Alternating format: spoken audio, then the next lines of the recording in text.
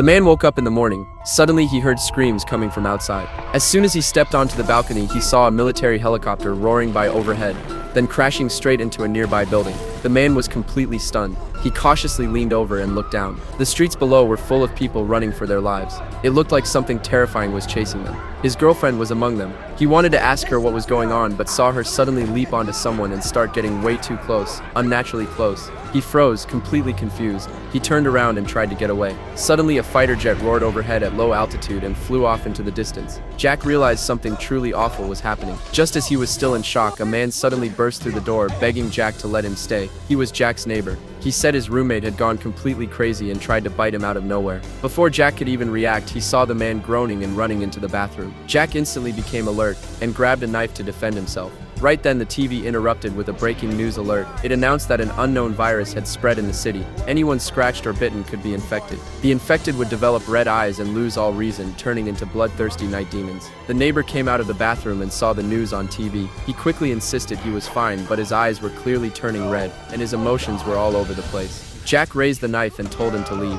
Now, the neighbor barely held it together and turned to walk out. Jack immediately locked the door behind him. A second later, he heard horrible screams outside. He looked through the peephole and saw the neighbor being attacked by a night demon. Jack covered his mouth in shock and collapsed to the floor. He stayed there the rest of the day, unable to calm down. He used alcohol to numb himself. Then a text from his dad made him totally break down. Things weren't going well for them either. He quickly called back, but no one answered. Now he knew he was completely on his own. He shoved the fridge in front of the door to keep the night demons from breaking in. He moved his bed to the living room so he could keep an eye on the front door at all times. He even sealed all the windows to make sure nothing outside could see he was there. From that day on, he scratched a line on the mirror every day to remind himself he had to survive. But that night, just as he was about to fall asleep, a strange noise came from the bathroom.